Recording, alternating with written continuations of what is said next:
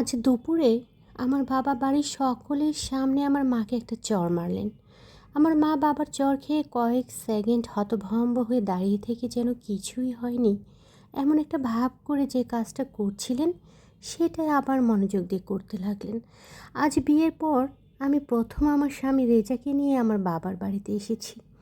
আমার স্বামী বাবার এহেন কাণ্ড দেখে এতটাই অপ্রস্তুত হয়ে গেল যে মনে হলো সে বোধহয় আমাদের বাড়িতে নয়, বরং ভুল করে অন্য কোনো গ্রহে চলে এসেছে। রেজার এমন অপ্রস্তুত ভঙ্গি দেখে আমার ছোট বোন লামিয়া মাকে শুনে একটু বাঁকা কণ্ঠে বলল, দুলা ভাই, আপনি শুধু শুধু মন খারাপ করছেন। আমার মায়ের বাবার এসব বাজে ব্যবহার সহ্য করার অনেক আগে থেকেই অভ্যাস আছে। আজ তো তবু মা হাত থেকে দামি ফুলদানিটা পড়ে ভেঙেছে বলে বাবা মায়ের সাথে এমন ব্যবহার করলো। অন্যদিন তো তরকারিতে একটু লবণ কম হলেও বাবার এমন দু চারটা চড়থাপ্পড় মাকে হজম করতেই হয়। লামিয়ার এই ধরনের কথা শুনে আমি একটু সচকিত হয়ে চারপাশে তাকালাম। ভাগ্য ভালো বাবা আশেপাশে নেই, বোধহয় জোহরের নামাজ পড়তে মসজিদে গেছেন। অনেক ছোটবেলা থেকেই দেখে আসছি বাবা 5 ওয়াক্ত নামাজ নিয়মিত মসজিদে আদায় করে আসছেন।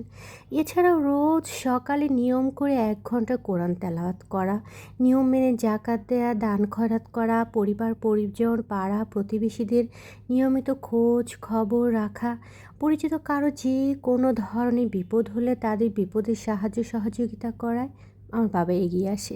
আমার বাবা চিরকালের অভ্যেস সবাইকে সাহায্য করা।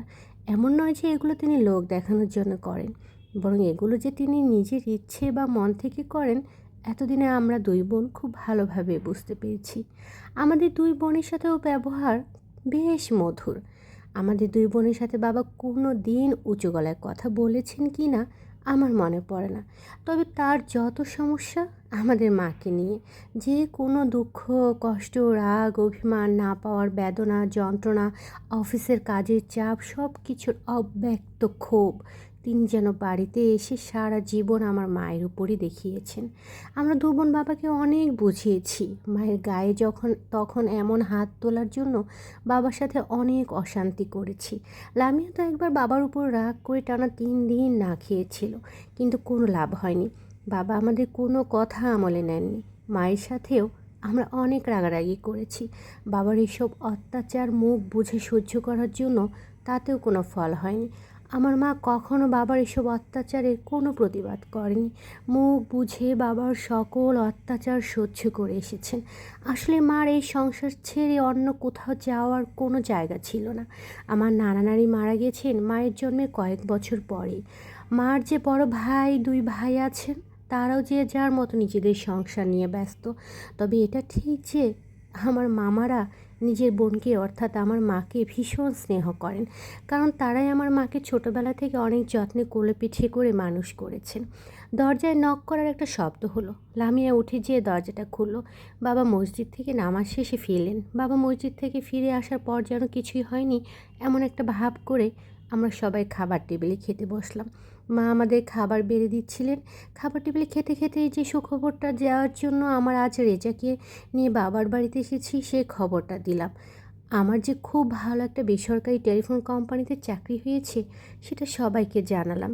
খবরটা পেয়ে বাড়ির পরিবেশটি যেন পাল্টে গেল। সবাই ভীষণ খুশি হলো। সবচাইতে খুশি হলেন আমার মা। মা খুশির চোটে হাসেন আবার কাঁদেন। বারবার আমার কপালে চুমু খেয়ে বলতে লাগলেন, এই দিনটার জন্য আমি সারা জীবন ধরে অপেক্ষা করেছিলাম, বিশ্বাস কর। আজ আমার সবচাইতে বড় খুশির দিন। আমি দেখলাম বাবাও ভেজা চোখে মায়ের দিকে তাকিয়ে আছেন।